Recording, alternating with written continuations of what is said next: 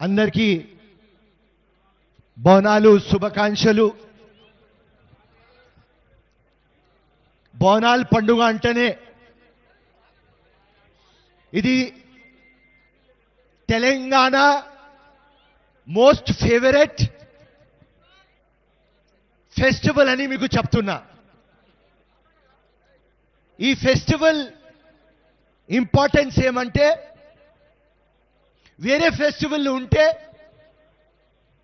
దసరా కానీ సంక్రాంతి కానీ మనం ఊరికి పోతాం. కానీ బోనాల్ పండుగ ఒక నెల ఆ గోల్కొండ దగ్గర నుంచి జగదంబ మహాకాళి, అక్కడి నుంచి సికింద్రాబాద్ ఉజ్జయిన్ మహాకాళి, ఇక్కడ లాల్ దర్వాజా సింహవాహిని మహాకాళి. ఈ చూడడానికి మొత్తం తెలంగాణ, ఆంధ్రప్రదేశ్,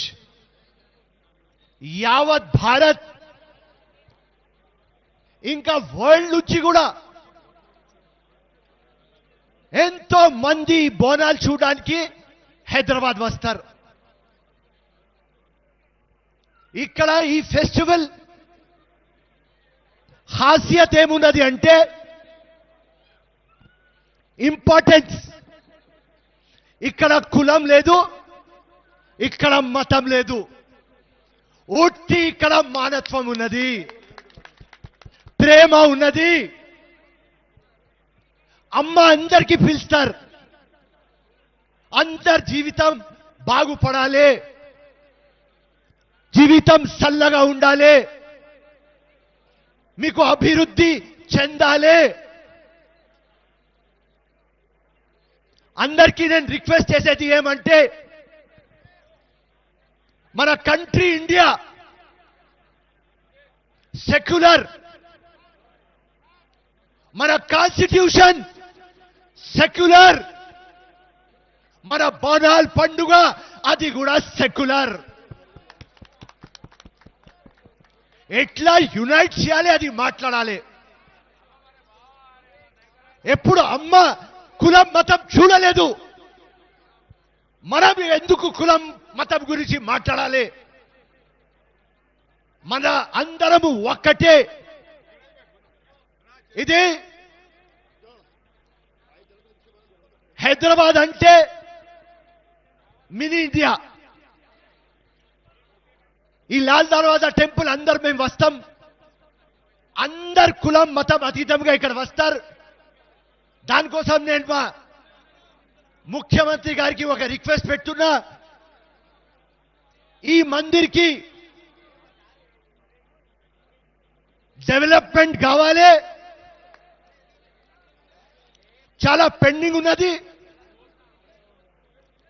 అండ్ ఈ బోనాల్ పండుగ టూరిజం ఫెస్టివల్ లాగా కావాలి.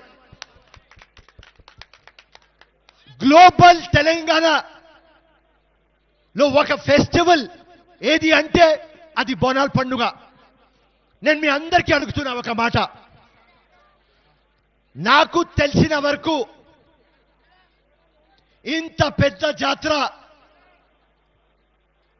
యావత్ భారత్లో, వరల్డ్లో ఒక నెల ఇంత పెద్ద జాతర ఎక్కడ జరగదు. దానికోసం టూరిజం ఫెస్టివల్ కావాలి. ఆ ఒక నెల మా ఆర్టిస్టులు కానీ, మా మ్యూజిషియన్స్ కానీ, మా పోత్రాజులు కానీ ఎంత గట్టిగా పని చేసి మన అందరికీ ఎంటర్టైన్మెంట్ చేస్తారు. కానీ బోనాల్ పండుగ పలానా వ్రతం అయిపోయింది అంటే వాళ్ళకు ఎవరు చూడరు. నేను మళ్ళీ మా ముఖ్యమంత్రికి చెప్తున్నా, ముఖ్యమంత్రి గారు మీరు బంగారు తెలంగాణ అని చెప్పినారు కాబట్టి వేరే పొలిటికల్ పార్టీ చేయలేదు, మనం అందరికీ ఆదుకుంటాం. దానికోసం మెహర్బానీ చేసుకొని ఈ మ్యూజిషియన్స్ కి కానీ, ఆర్టిస్ట్ కి కానీ, పోత్రాజులకు కానీ మీరు చూసుకోవాలి.